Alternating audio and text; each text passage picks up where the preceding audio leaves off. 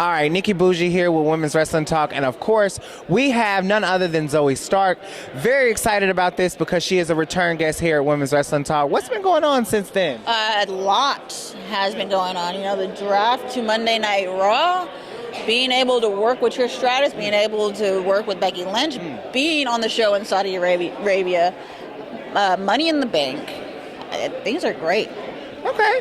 I love to hear that. Now, I know everyone's been buzzing you and really asking you more questions about Trish. Yeah. But for me, personally, I'm very curious to see what Zoey Stark thinks about getting to that championship that Rhea Ripley is holding. What are you going to do to show your dominance? How bad?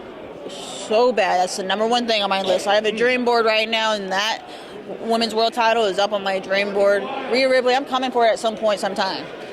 She's not as dominant as she thinks she is. I'll show her who the dominant one is. Oh, Rhea, you don't have a challenger at SummerSlam as of now, so Zoey might be the one. You never know what you're going to get.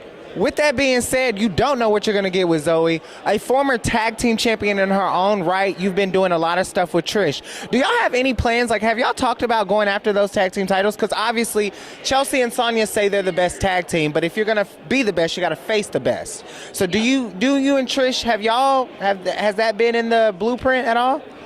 So Trish and I, we're mainly focused on getting rid of our Becky Lynch problem, getting rid of that, and then we'll figure out what's next. You know, Trish and I have never actually been in a tag match yet. So we'll see what happens. Maybe we do want those titles, and we'll be able to take them like that. Now, I have to ask, because I was sitting there watching Monday Night Raw. We finally get Becky versus Trish again. Yep.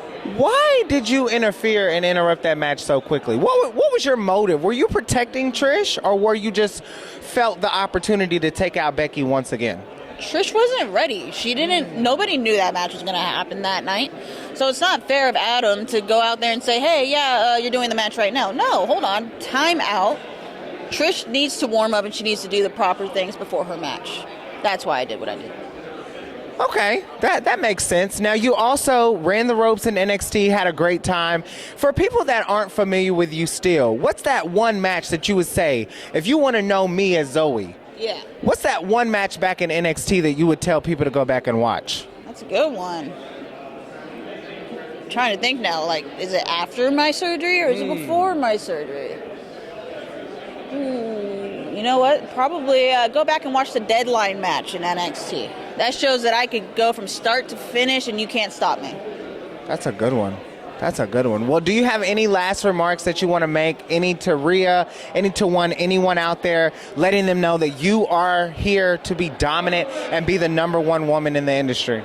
Rhea, mommy, you better watch yourself because I'm coming for that title. And secondly, thank you, Trish, because no Trish, there's no me.